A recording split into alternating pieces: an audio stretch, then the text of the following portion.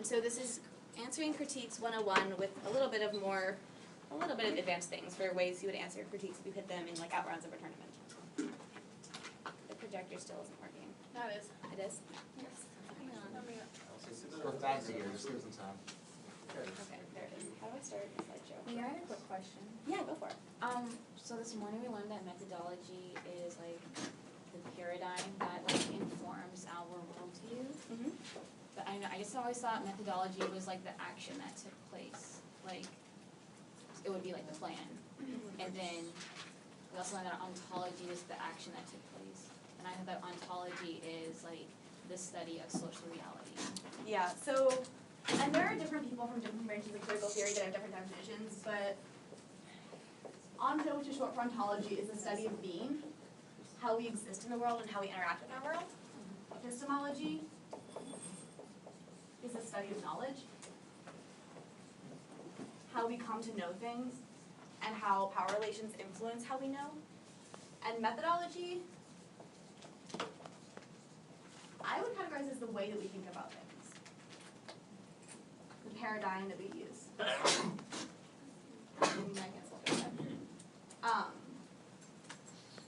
So the critical methods that you interrogate is kind of the, different authors have different methods of interrogating social structures or power structures, or they have different methods of interrogating epistemology and ontology.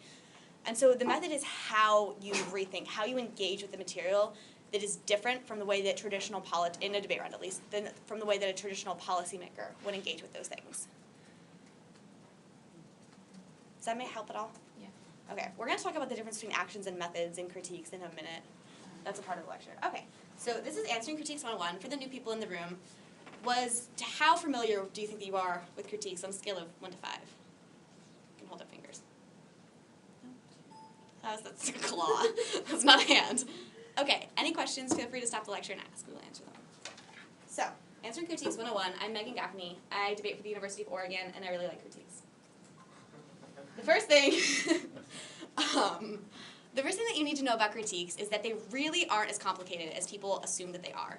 And if you hit a critique in a round and you're like, I have no idea what is happening, that's probably exactly what the other team wants you to think. Demystifying critiques and realizing that they are just a debate argument with a normal structure is the first step to answering them effectively. This is kind of a miniature flow. And this PowerPoint will be posted online, and I can email it to anyone if they would like it too. So, LOC, these are the components of a critique, just briefly. There's the framework, the links, impacts, and alternative. And so the MG, and this lecture is geared towards answering critiques when people read them on the negative. A lot of these types, so the terms are maybe specific to when someone reads a K on the negative, but a lot of the ideas apply if you're hitting a critical F. So there are a couple different main categories of arguments that you would use to answer a critique. So on framework, you have counterinterpretations and rules and standards that talk about why your interpretation is good. And Jason isn't here, but this lecture is going to focus more on more substantive answers to the critique, and Jason's lecture later in the week is going to focus on more theoretical and rules-type arguments as answers to critiques. So we're going to talk a little bit about framework. Links. We're going to talk about the difference between link turn and link defense, what those strategies are, and how they're utilized in a debate round. Different types of answers to impacts, impact turns, internal link turns, and impact defense. And on alternatives, alternative defense, which would be no alternative solvency, turns on the alternative, permutations, which are a test of competition, whether or not you can do both the alternative and the action of the 1AC, or PMC. Hello. We just started, don't worry. And then we're going to talk about net benefits of permutations, and at the end, we're going to talk about how to deal with critiques that don't have alternatives, because that's something people have started doing, and I've noticed is very confusing. And I have a very specific way that I think you should answer this. So, that is basically the overview of what we're going to do. We're going to start with framework interpretations. So, framework in a debate round is an argument outlining what arguments are allowed within the debate space, and what arguments the judge should prioritize, and how she should evaluate these arguments. So the first part of this is more of a rules-based argument. What arguments are we allowed to read in a debate? For instance, topicality. You're not allowed rules-based to read an untopical affirmative. Technically, they're debatable. And then so that's part of framework. Some people will read framework that says you just can't read critiques. These are cheating, they are not based on the resolution, they're not okay. Jason's going to talk with you about how to read that argument. But the second part of a framework on a critique debate, which parliamentary debate is moving towards a trend where this is the part of framework that gets debated a lot more, is the role of the ballot. not what arguments are allowed within the debate space, but what arguments the judge should look at first. And so it's kind of an artificial distinction between the two, but I think that it is important to have that perceptual distinction. That one argument says you're cheating, and one argument says, okay, maybe the consequences of the plan are good, but before we can look at the consequences of the plan, we need to understand how epistemology, or the way that we construct knowledge, shapes how we view those consequences as coming into being. Because if we have a flawed knowledge base, then there's no sense in using that flawed set of facts to make predictions. So it's not necessarily that we will, and you see this a lot with affirmatives, and we'll talk about this a little bit in the Reading Critical Affirmatives lecture, but affirmatives that do defend fiat, but they also just don't defend fiat. So you technically will defend the fiat of the implementation of your plan text, but then when they read a disad, you say framework, the plan doesn't happen. We'll talk about that in the K lecture. So these are the two kind of examples, and you'll notice that everything in the lecture, there's two types of it. So the first type of interpretation that would be more rules-based is if the affirmative team said something that said the affirmative must defend the topical implementation of a plan text, and the negative team can defend the status quo or a competitive policy option. So that would mean, that interpretation would mean that the negative doesn't get a critique because it isn't the status quo or a policy option. It's a discursive or methodological option. So that is, if you categorically just do not want to engage in the critique debate, I would recommend reading that interpretation. However, and you can read, both of these things can kind of go together. You can have standards, and we'll talk about that in a sec, that are based on the method. So an interpretation that would be more role of the ballot based would be that the role of the ballot is to evaluate the consequences of both teams' advocacies. So this second interpretation doesn't say you're not allowed to read a critique, but it does say that we should prioritize the consequences of the plan text and weigh those consequences against the consequences of the critique. So this interpretation, if you're affirmative and answering a critique, gives you, the main thing it does is it gets you access to the impacts of your 1AC. That the critique will say, we don't get to look at consequences, you don't get to talk about those things, you don't get to talk about what happens post-fiat, after the plan is implemented. And this interpretation says, you're allowed to have your critique, that's fine, but I read a policy app, I want to debate about policy consequences, I should get to weigh those impacts directly against the critique impacts. And then the last thing to remember about frameworks and interpretations is that interps and counterinterps should be as specific as possible.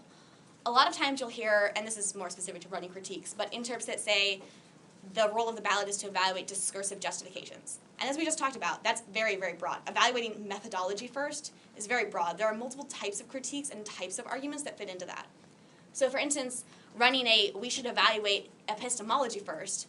If someone reads an ontology-based argument against you, you say, no, epistemology comes before ontology. We have to study how we know before we can study how we become. That gets a little bit more into the theoretical perspectives. We'll get to that later. Okay, so are there any, we're going to talk about standards, but are there any questions about framework interps at this point? No? Excellent. Okay, so types of standards. Standards are justifications for your interpretation of debate. The way that I like to think of standards is that they're internal links to the terminal impact of theory, which is fairness in education. And there are other terminal impacts that you can have to theory, like advocacy skills or increasing inclusivity within debate. But in general, I think that perceptually a lot of things can fit into the fairness in education category. And so I think that types of standards, just like we talked about the two different types of interpretations that you can have, one that says critiques are cheating, and one that says that critiques are anti-educational and we need to evaluate consequences. There are two different types of standards. One of them are rule-based. Your interpretation is bad for fairness because it destroys a fair division of ground. So for instance, the critique isn't based within the topic literature, which means that the affirmative team, when they research the topic in prep time, can't predict necessarily that's what you're going to read. So that's more an argument about what makes debate fair, what is the best type of rule for debate.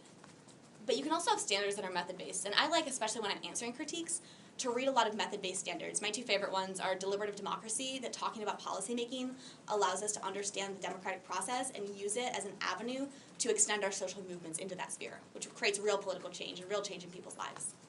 That's more of a methods-based standard, because it says that policymaking isn't just good because it's the rules of debate. It's good because it has an educational value. It's good because it does something that's intrinsically good. It gives advocacy skills. It allows us to have research skills. So interpretations that I would think are methods-based are things that say that we should evaluate consequentialist logic because it's important, not because it's the rules. Does anyone have any questions on rules and methods-based standards? Okay. Is anyone really, really lost? And that's completely fine, and we will explain. No? Awesome. Okay. Answer to links. So there are two main types of link arguments that you can read, which is a link turn, which is an offensive argument, which says that the method used in the affirmative solves for the mindset that is being critiqued. And then the next type is a no link, which is more of a defensive argument that says that the affirmative does not engage in the discourse or methodology that is being critiqued. So one of these kind of says the critique doesn't apply to my affirmative. The other one says we solve your affirmative. We do something, we get access to your impacts. For link turns, and link debates on critiques are interesting because it is a part of the critique debate that a lot of people ignore. But I think that the reason why they ignore it is that at the end of the round, the main utility of reading arguments against the link level of a critique is the benefits it gives you on the permutation debate. I have very rarely seen critiques rounds that the RFD ends with, I voted on the no link to the kick. I think this has happened to me once in 7 years of reading critiques. It's not particularly common. Because first of all, it is a defensive argument, but second of all, the links to critiques are so broad that using the state in a lot of instances will generate a link to the K. You should always try to have as specific of links as you can, but the way that I find that link turns are most utilitous is when they're paired with a critical advantage or as a time suck. So if you want to read a policy-making advantage, you read a plan text, you defend the fiated implementation of this plan text. And you know you're hitting me, who likes to read critiques. A lot of people will read a critical advantage, and then their critical advantage attempts to solve for a different root cause of the critique or for a different critique-y type impact that then they can use as leverage against the critique that they're 90% sure that we're going to read. So pairing link turns with critical advantages is really advantageous because you already have a critical framework. You already have a methodological way of interrogating the topic that gets you access to things like dehumanization or root cause of violence. And so often when you read those types of affirmatives, which I call middle-of-the-road affirmatives because they have a policy and a critical advantage, link turns are very beneficial. Also, a lot of times and this is maybe not the most educational way to read link turns, but it takes critique debaters a very long time to sort through a link turn debate if it gets really complicated. Because you have to win a link to your critique, but a lot of times it's very easy to confuse the different ideas and different critical methods that are within a critique versus other critical methods. And so forcing K debaters to sort that out and explain it to the judge forces them to explain a part of their argument that they generally don't have to, and they're often much slower in debating this than they are. I'm an MG, I can answer a link, or an MO. I can answer an impact turn very quickly. It takes me a lot longer to answer a link turn because I don't have to do it as much. So it's a good time suck. Link defense, again, I think that the most utilitous way to read link defense arguments or no link arguments is that they work with the permutation. So they're not necessarily a standalone strategy because they are defensive, but they do the force and MO collapse. What a lot of people are doing now with critiques is reading multiple modularized link stories. So there will be 3 different link stories in the critique that all are, for instance, I think everyone learned about the capitalism K in lecture this morning. Yeah. So for instance, you can have 3 different ways that the affirmative is capitalist if you're negative, and link it to each one of those ways. But they're still all distinct and unique link scenarios. And so rating link defense forces the MO to collapse out of a couple of link scenarios and only go for one. And sometimes if you can force them to go for their least strong link story, that can be advantageous for you. The last and most beneficial way, I think, to read no links on critiques is solvency for permutations. And we're going to get to that in one second. So, answer to links examples. For example, if you read if you were affirmative and the negative read a biopower critique with a link of the PMC's endorsement of the medical system perpetuates strict definitions of what normal functioning of the body entails, therefore categorizing some into the realm of deviance. So, reading a biopower K that says that your use of the medical system is bad because it creates norms and deviance. An example of a link turn could be that the app uses the medical system to overcome ableism by doing things like glasses are an instance of this, hearing aids. So we use the medical system to overcome ableism and become a cyborg or become one with a machine or more science-type person. This overcomes biopower because it overcomes an authentic notion of the body. So you figure out what the thesis of the critique is, what type of literature they're coming from, and then you say that you're capable of solving for that through a different method. Is a good example of a link turn. Link defense against this example, there are kind of 2 ways to do link defense.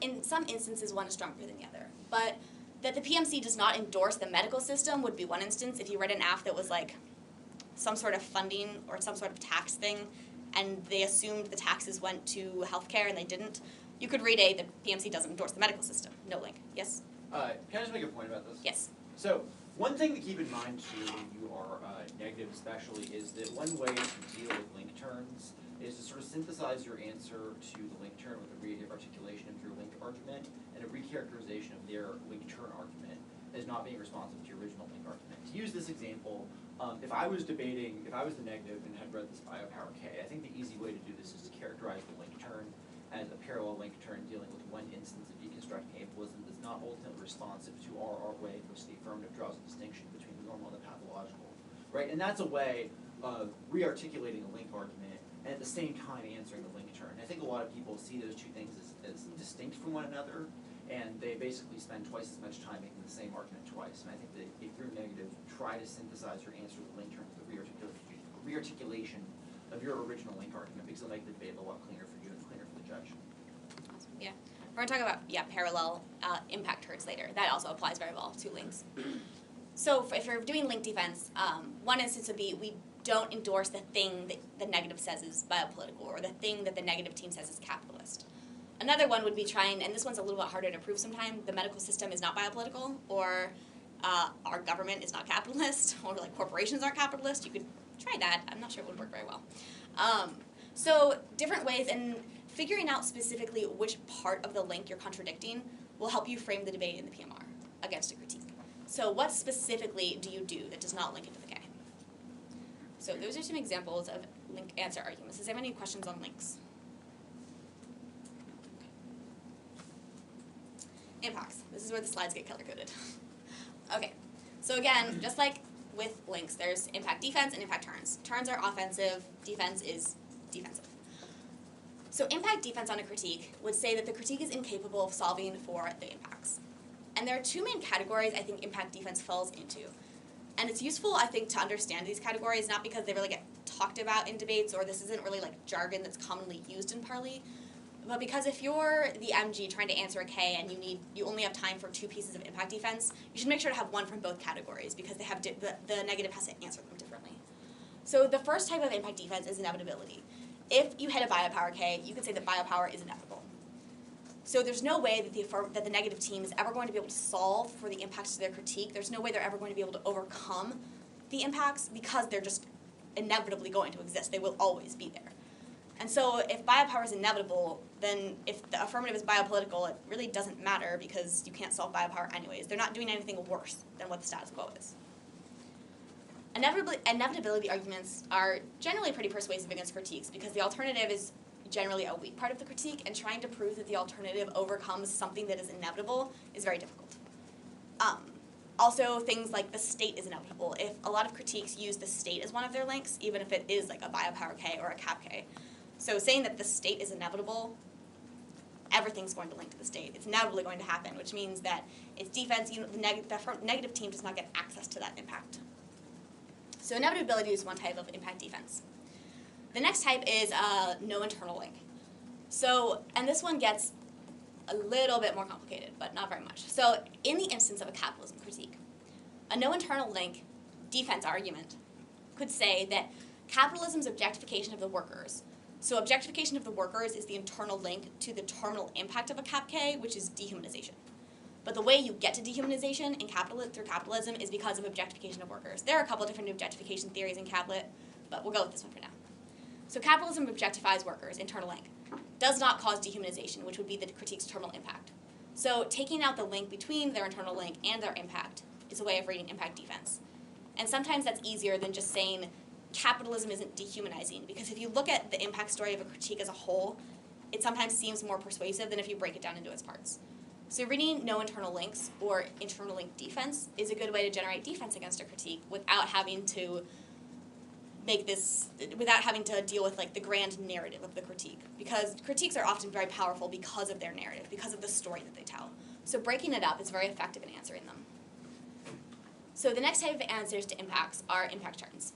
So the impacts that the alternative solves for are actually good. If the critique claims to solve capitalism, impact turn would be capitalism is good. the critique tries to solve for biopower, biopower is good. Something that I have noticed with impact turn debates is that there are a lot of impact turns, but you have to make sure that the impact turn outweighs the original impact. We'll use the example of a biopower K. A lot of people say, and this is a very common argument you'll hear against a Foucault or a biopower K, the main author for biopower is Foucault. I can spell that for you at some point. Not now, because I don't know. I can't spell anything. So turn, biopower is good because it stops traffic accidents. The government surveilling us through hidden cameras and traffic lights is an instance of biopower. They're constantly watching us, trying to make us monitor ourselves. Drivers monitor themselves. So yes, it's biopolitical, but it also stops a lot of people from dying in car crashes. But then the issue that you have if you're the affirmative reading that particular impact turn is that the original impact, which is dehumanization as a result of biopower, kind of outweighs traffic accidents. So making sure, impact turns red, original impacts orange. So making sure, and I mean there's a way to articulate this and there's a way to debate it so that you can make impact calculus and talk about why the impact turn outweighs the original impact. But it's something that you have to be aware of, especially because a lot of the really good impact turns don't have as high of magnitude of impacts. Capitalism is kind of the exception. There are a lot of very good impact turns to capitalism, is why it's good, why it solves extinction, why we need to get off the rock, whatnot. But for a lot of other critiques, if you look within the critical literature base, there are a lot of very good impact turns, but they don't have the high magnitude impacts that we look at in debate a lot. So learning how to debate this, how to do the impact calc of a turn versus the original impact is beneficial. Yeah? And that's happened in the MG, or do you say that like for the PMR, you have the impact calculus for us? I like to put a little bit of it in the MG. If in the PMR you're going really hard for that one turn about traffic accidents, yes, there should be a lot more impact calculus in the last one. But starting that debate in the MG, starting the debate about impact calculus early never hurts anyone. You should always start the debate about impact calculus as early as you can. Because then if the other team isn't prepared for it, a lot of MOs aren't prepared to handle the impact calc debate. They leave it for the LOR. Then if the MO doesn't answer it, that negative is pretty far behind. Yes? Can you give an example of that impact calculus when the impact turns is more magnitude? Yes, for this particular one, I don't think that I would use magnitude. I think that I would use, actually I think I would use the next argument, which is value to life. But there are two ways. The first way is by weighing this internal link of traffic accidents against a different internal link of the biopower debate. So for instance, if the internal link to biopower was surveillance, weighing specifically contesting the part of the critique that says that surveillance leads to dehumanization, and then being able to say, okay, you don't have a terminal impact, now I'm going to weigh my internal link against your internal link, and my internal link is better. It has a bigger impact even though it's just an internal link. Another way would be to talk about magnitude or probability. Traffic accidents happen daily. Instances of dehumanization are a lot harder to quantify. Also, you could say that traffic accidents uniquely happen to people without experience driving, without the ability to have like fancy cars with like fancy airbags and like the new safest things that car companies create. So you could talk about how it implicates things like biopower and dehumanization because it happens to people who are on the social periphery. Yeah. Any other questions about internal link turns? No, that's an impact turn. Impact turns? Okay. The last argument that is an impact turn, but I put it in its own category because it's a little bit distinct, is value to life impact turns, or value to life impacts are bad. So you hear this a lot with critiques, that the impact of their critique is dehumanization. If you're under surveillance, you are dehumanized. You hear this a lot with femks that talk about if you're raped, you are dehumanized. Well, the ideological problem with that is saying that now that someone has gone through something traumatic in their life, that now they have no value to life. And ideologically saying that and the way that we talk about it can be very harmful. It can, in policies, make us think, oh, well, bad things already happened. Now they kind of are just pushed to the side of our political calculus. So the way that we talk about value to life, and the way that the critique talks about value to life, can also, that way that they frame it, can be critiqued by the affirmative. And I think that that's a very powerful argument against a lot of critiques, because a lot of critiques are based in rhetoric, and then they themselves use very sloppy rhetoric. So that's a way that it's more of a critical impact turn than an impact turn that says biopower is good, or capitalism is just good, or securitization is good for the military. It's a little bit more critical. And also, because it's not something that, I mean, people are starting to read this argument a lot more in partly, but because anytime that you can make a negative critique debater debate their critique against a different critical methodology, you're going to be ahead, because it's a lot easier to compare a critical methodology to a policy methodology and show why the critical methodology is better, it's a very different skill set that debaters have to compare critiques against each other. So anytime you can read arguments like this that indict the critical part of a critique and not just the fact that it is a critique, or indict the specific methodology of a critique, that's always going to be in your favor. And it's hard because you do have to know a little bit of the literature base to know which arguments to read, but if you can get to that point, it's a very persuasive argument against decay.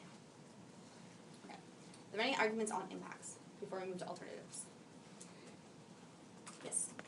Were you going to talk about parallel versus straight impact terms? I thought I was. Apparently not. Okay, let's do that. Oh, those are not solvency turns. We will, I promise. We'll get there. So a parallel impact turn, for a critique would be something like saying biopower is good versus biopower is bad is more of a direct impact turn debate. Saying that rejecting biopower does something else that is good would be more of a parallel impact turn. Well, it makes more sense to explain it on the alternative terms. We'll get there, I promise. Okay. Alternatives. Oh, were there any other questions on impacts? And there will be time at the end to have questions.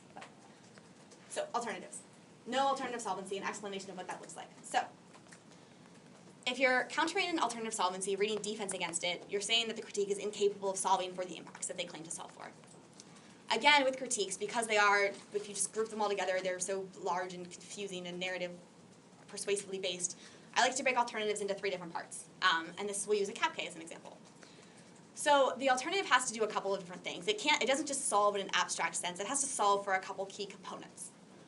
It has to be able to solve back the links to the critique. So for instance, you can read an alternative for a critique that's more like a word type pick, or a critique of the rhetoric that the affirmative team used, saying the word poverty has a lot of political and economic implications. So some people will critique the use of that word. So in that type of cap K, the alternative doesn't necessarily have to solve, you just have to be able to solve back for the link that you read to the affirmative. So that's one component of it, and that's kind of specific to word critiques. The next part, it has to solve, a lot of the critiques have to solve the impact that they read. So for instance, in the capitalism K, it is a capitalist argument. You have to be able to solve for your impact. So if your impact is the objectification of the worker, you can't just say, we reject capitalism, that solves capitalism. How specifically are you solving for your impact scenario? This is something that dissad debaters are forced to do a lot, that critique debaters haven't historically been forced to do, and so it's a good way to put them on their toes. Make them prove exactly why they solve their specific impact scenario. How does rejecting capitalism not just make us rethink the system, but solve the objectification of the worker that was the internal link to the K? And then the last portion is, and this is what you more commonly hear, is solving the root cause of something. So the alternative deconstructs capitalism. It makes us rethink the ways in which capitalist structures work. It allows us to create an ontological and epistemological space to reconstruct society outside of capitalism, different things like that. So solving the root cause of something, for like a lot of times this is solving the root cause of dehumanization. So if you can prove that the critique doesn't solve that, then they might solve for one instance of objectification of the worker, but they don't solve for the large impact that they're claiming. So solving both the specific impact in the K and the root cause that the critique claims to solve for. Alternatives have, in general, there's 2 types of things, and this is what we were talking about earlier with methods. 2 ways that they function. So a lot of alternatives have a part of the alternative which is just a rejection. And a lot of times, as the little subpoint says, many critiques use only rejection. So the alternative is to reject the capitalist discourse of the 1AC. Would be an instance of a critique. That would be a full critique alternative that just uses rejection as a method to solve. That's what the alternative does. Just because the alternative doesn't make a policy action that the government implements doesn't mean that it doesn't do anything. So rejecting, taking a negative action, is still taking an action. So the first part of alternatives is generally reject. And the way that I like to read alternatives, and I don't know, I think that this is becoming more common as well, it might just be me because I like it, but to read both rejection and a method of rethinking. So for instance, there's an example soon, but not only the alternative is to vote negative in rejection of the intrinsic capitalism of the 1AC, and to embrace a historical materialist perspective. Historical materialism is how Marx analyzed society in more of a historical perspective of objects, materialist. So it looks at the relationships between humans and objects throughout history as a method for understanding how we came to be in a capitalist system and how relationships within that capitalist system function. So having a critical method, a way of rethinking. So rejection and rethinking are the two main parts of critique alternatives. Okay, so example, and again, the stuff in purple is the rejection part, and then the blue is the specific method that you're using to rethink.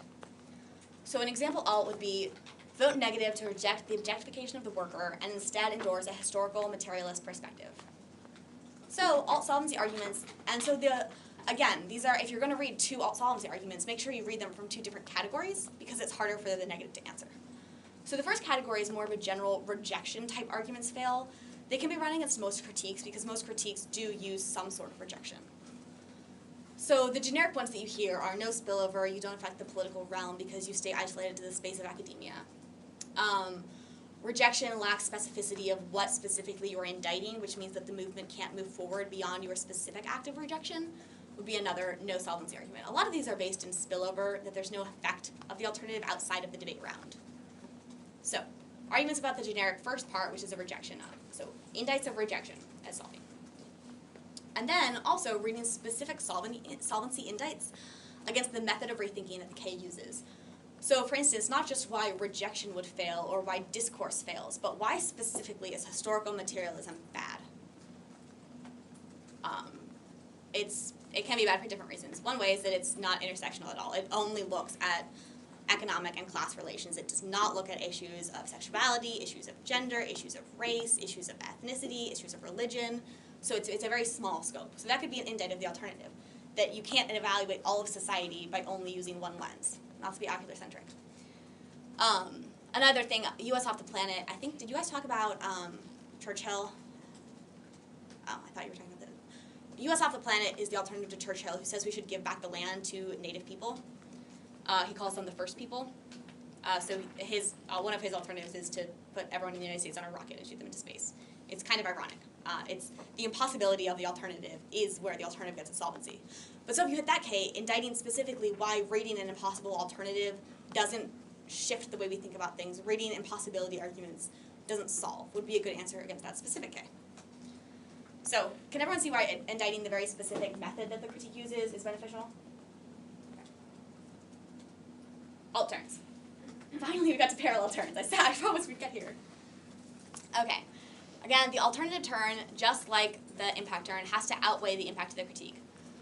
Alt turns should also implicate both the link to the K and the root cause. So again, we talked about how critiques claim to solve for a specific instance of materialist objectification of the worker. But they also claim to solve the root cause of all violence, which they say is capitalism. So isolating those two parts and making sure that your alternative turns can implicate both is a good way to have breadth in the debate round without necessarily having to read a lot of arguments, because you implicate multiple parts of the critique with one argument. So there are two different types, like I said, there's two types of everything. Two different types of turns. First ones are consequence turns, and again, consequence turns, critical methods turns, these aren't really debate jargon that's commonly used. Again, just like perceptual categories that's helpful to understand things. So consequence turns are also what I would say would be a parallel turn to an alternative. So it's an unprecedented effect of the alternative. So who's heard the see the political argument?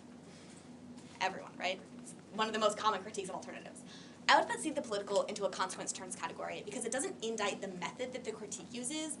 It says what would happen if critiques happened, that we would reject. And for people who don't know, see the political says that isolating ourselves to a realm of academia and only focusing on rethinking means that left-leaning people leave political spheres, and then there's a right-wing takeover of political spheres, and they do a lot of really bad policies that normally the left people would prevent them from doing. So again, specifically Nietzsche does not cause this impact turn. Specifically reading historical materialism doesn't cause this impact turn, or alternative turn. It's more the fact that you read a critique that causes it. It's more the fact that of what you did and the way you did it. So consequence turns, I would say, are parallel because they don't directly implicate the specific alternative. They're more just other things that happen that are bad. And there are a couple other examples of consequence turns that we'll see in a sec. Again, so parallel turns. Not necessarily saying the negative says historical materialism is good, we say it's bad. That would be more of a critical methods turn. And critical methods turn would say the method of the critique is flawed. And so there are kind of two subpoints in this. which would be that the critique fails because your method is flawed, then obviously your solvency wouldn't be able to overcome the impacts and links that you read. Or it can also say that the alternative also links to the K, so the alternative solves just as little as the aft does. And then so that's kind of more of an internal link argument. And then the more impacty type argument to a critical methods turn would be bad impacts happen. So not only does historical materialism fail because it doesn't interrogate things like gender and things like race, but it also creates a society in which people of those identity categories are systemically oppressed. So not just does this mean that it's an inaccurate perspective of the world, it also actively does something that's bad. So that's the two layers of a critical methods turn. I think we have some examples. Yes? Okay. So does anyone have any questions before we talk about the examples of things they would like clarified? So, the turns to critiques that are more based in the parallel terms are things like see the political, which we talked about, social movement exclusion, and ideological totalitarianism, which is one that I really like, which is from in Arendt's book on totalitarianism. We'll talk about these in a second. So we talked about see the political. It's an effect of doing critical-based thinking that happens. It doesn't directly indict the critical thinking. Social movement exclusion argument is that, for instance, if you're reading a Marx K, if someone were reading a Marx K against you, reading a social movement's exclusion turn is kind of based in, it's in the middle, but would say that not only does this mean that you have a bad method, but that the way that you read critiques is actively bad for social movements. Because different people don't get included in social movements, and those social movements then start doing exclusionary politics and excluding people. Ideological totalitarianism would say that the critique is an endorsement usually of one type of method.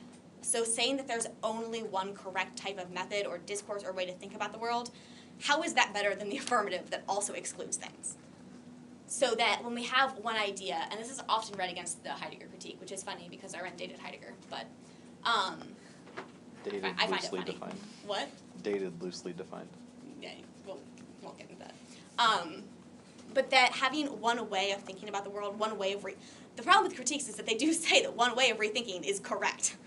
And the intrinsic problem with that is that they are then saying that there is one way to think. So if there's one way to think, then people who disagree with that are excluded from the critical movement.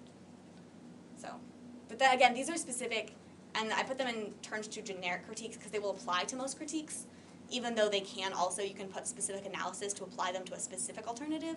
But in general, you can read these in every round that you hit a K.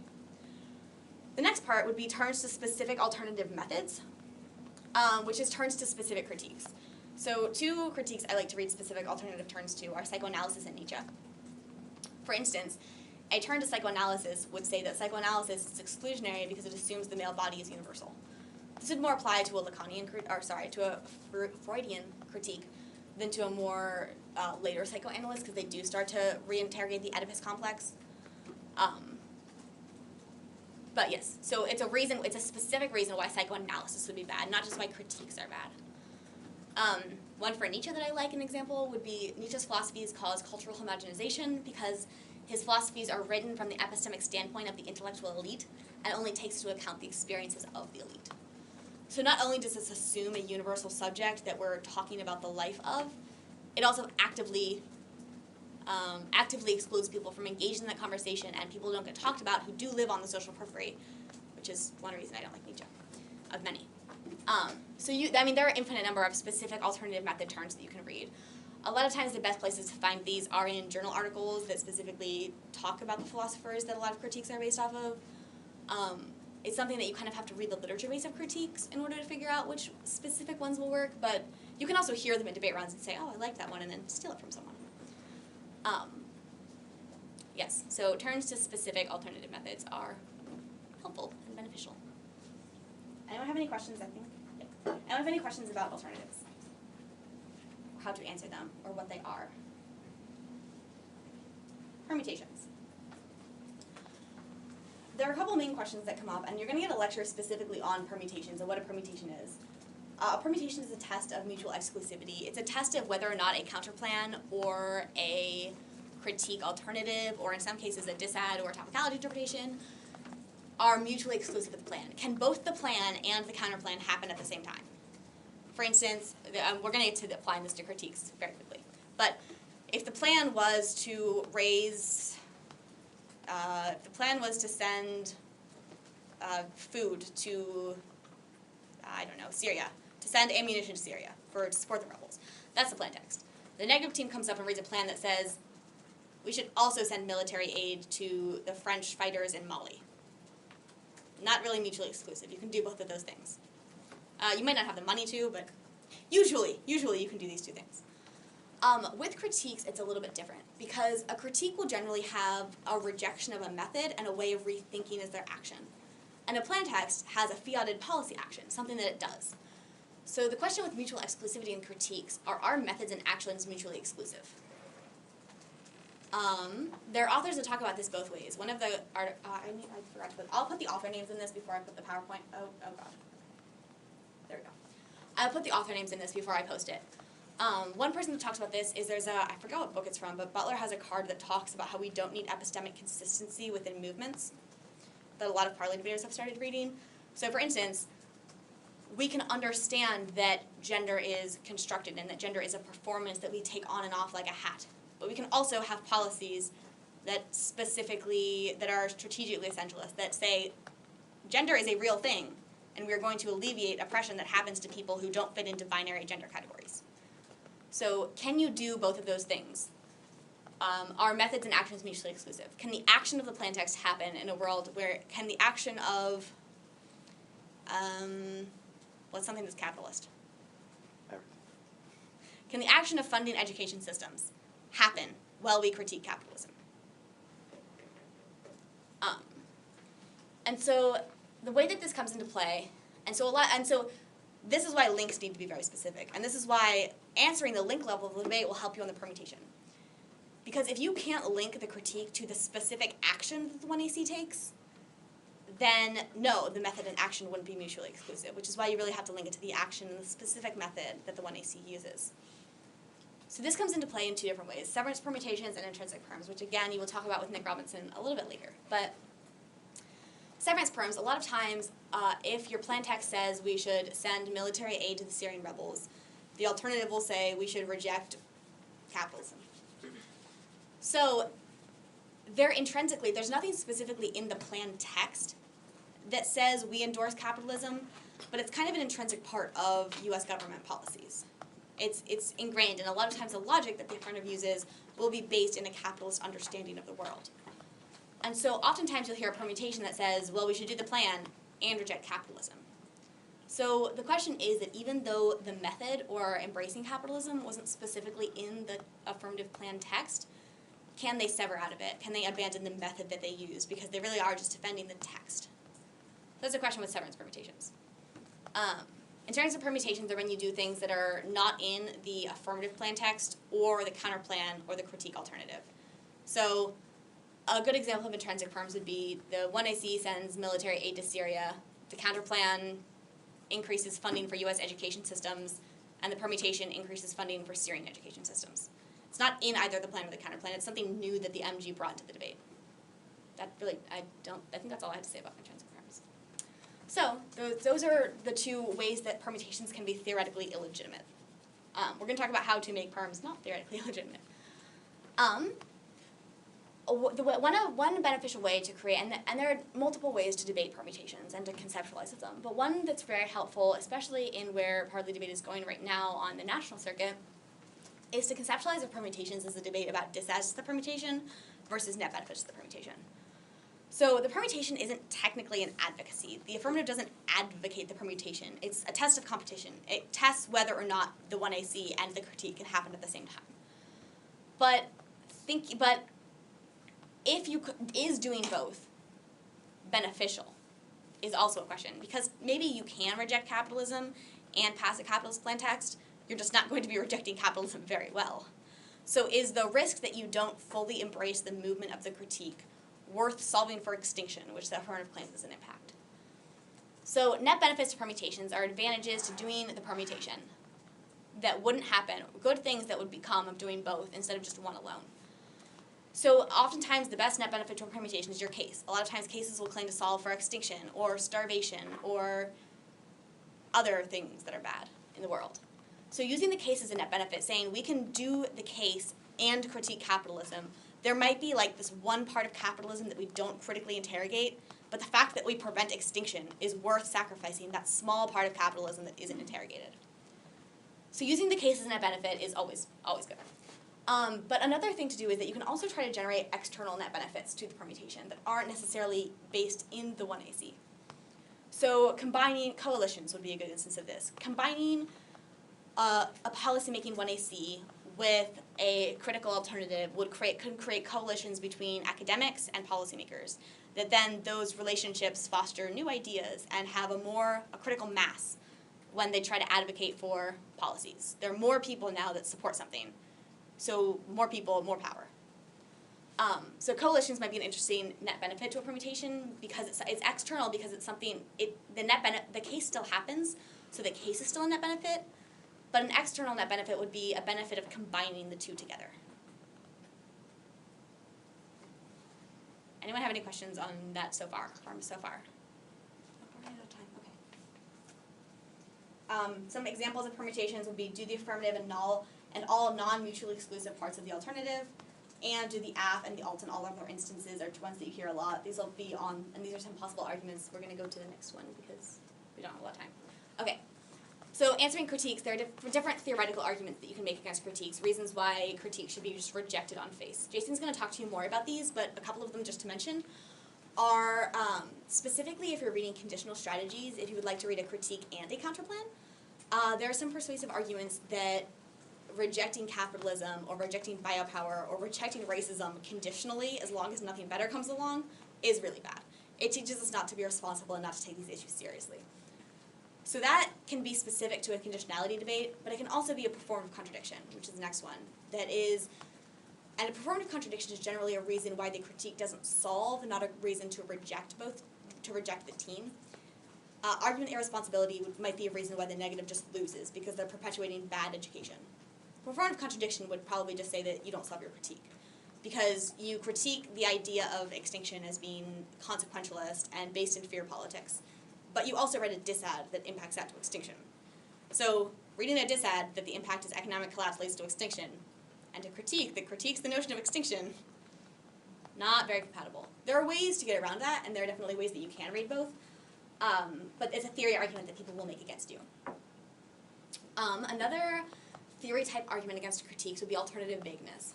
A lot of times, and anyone who has debated a critical team in a round that has cross-ex will have this very frustrating experience of trying to get the negative team to say what they will defend and they just won't tell you because they're very vague and shifty sometimes. Some critique debaters are very good about this. But reading alternative vagueness, that we can't generate, I as the affirmative cannot generate offense against your critique because I have no idea what it does and you keep changing it. That's shifting, it's unfair. You can't, if you're reading a policy text and in the PMC you say the policy does one thing and all of a sudden in the MG it does something different, people would generally consider that cheating. So hold critique debaters to the same standards. Don't let them change the alternative from the LOC to the MO, because it does sometimes change, and watch out for that. Also, there are theory arguments that say that critiques need to have alternatives, and we're going to talk about that right now. So in the past year, I've noticed that more people are reading critiques that the alternative just says vote neg, or they're reading critiques that don't have alternatives. No, it's cheating and it's terrible. Don't do it. So the reason why I've noticed that people have specifically started reading, I think that there might be a round on video of this, but women just read vote neg, alternatives against my partner and I, because they didn't want to let us perm. And so the whole point, the way that their critique was structured and the way that they talked about it, they were doing something like embracing historical materialism. They were doing this, but they just refused to put it in the text, because if you put that in the text, it can be permed. And there's different theories of intrinsic and severance perms being text-based or being function-based. And so if you read an alternative that just says vote neg, in some interpretations of debate, you can't perm that alternative because there's no written words in the alternative that can be combined with the affirmative. And so people have started doing that as a way to get out of the permutation. There might be other strategic reasons why people read just vote neg alts. I'm not sure what they are, but they could exist. Also, there are critiques without alternatives. And sometimes you don't need an alternative to a critique. Sometimes the critique functions as a turn to the 1AC. If your 1AC claims to solve for sexism and you endorse very strict binaries between what a man and a woman is, impact turn that would turn the entirety of your app would be that those binaries implicate the way that we understand sex. So you're incapable of resolving sexism while putting people in these two categories. That could be an instance of a critical impact turn type argument that wouldn't need an alternative. Also, sometimes you have a critique that the alternative is to accept the existence of no alternatives. So sometimes you don't actually need an alternative. But in that instance, you just want to make sure that as the affirmative, you understand what the critique is doing and why they don't need an alternative. Because a lot of times critique debaters will do really odd and interesting experimental type things. And it's interesting, it's good to try those. I love reading critiques, I love that experimental aspect of it. But I think that a lot of times what gets lost is that the other team then has no idea what's happening, and you really exclude them from the debate space. So making sure, not being afraid of clash with critiques. You should never be afraid of that. So if you're the affirmative hitting a critique that does something that you've never seen before, or that you don't understand, or that you don't understand how it works within a debate round, ask them. And if they don't answer you, look at the judge and just give the judge a look that says, I'm trying. I'm really trying. They're not letting me. And I found that most judges are very receptive to that partly. So critiques without alternatives are a little bit different. But critiques with alternatives that just say vote neg in order to avoid the permutation, a little bit different. Because they're really just, sometimes, not all teams, but some teams will just do that to avoid a permutation debate. And they really, in my opinion, and again, there are multiple interpretations of this, but you should be able to permute a critique, because a critique does have a type of methodological action, a way of rethinking. They do have an advocacy, and so the other team should get ground to defend against that advocacy and to see if that advocacy is mutually exclusive. So the three-pronged strategy to answer one of these odd K arguments that have started to spring up is read no solvency arguments and explain why you need an alternative, or why an alternative that just says vote negative is bad. There are a lot of reasons, like academically, why this, and bad for education, why this would be bad. If you are a movement, and your movement just says, like, its headline is just reject, not a lot of people will be able to relate to that. You will have problems conveying your message in social movement spaces. So having an alternative, being able to say what you're for, is a powerful advocacy tool. So no solvency arguments as to why a lack of alternative might be bad. Those are arguments that would link to their lack of an alternative, obviously. Read in turns as to why not endorsing a method is bad. These are both more ideas, this is a three-pronged strategy of how to debate someone that reads one of these alternatives without reading theory. There are also many theory arguments you could read against these positions. And then the last one, which I've gotten to try in one or two rounds, and I'm not really sure how this is going to develop in the debate community yet, is to perm the idea of the alternative and read a block with your permutation that says that you are permuting the function of the critique, not necessarily the text of the critique, and articulating why you are still able to perm, even though your perm isn't text-based. And that is the reason that I just explained to you, that it's good for education. It allows clash to happen within the debate, which otherwise would be evaded, and clash is good for fairness, and clash is good for education. So you can still read a perm, you just have to make sure you have a theoretical justification at the bottom for it. So maybe you will never hit a critique that does one of these odd things unless you debate Berkeley. But yes, that is a very, very quick example of how to answer a critique.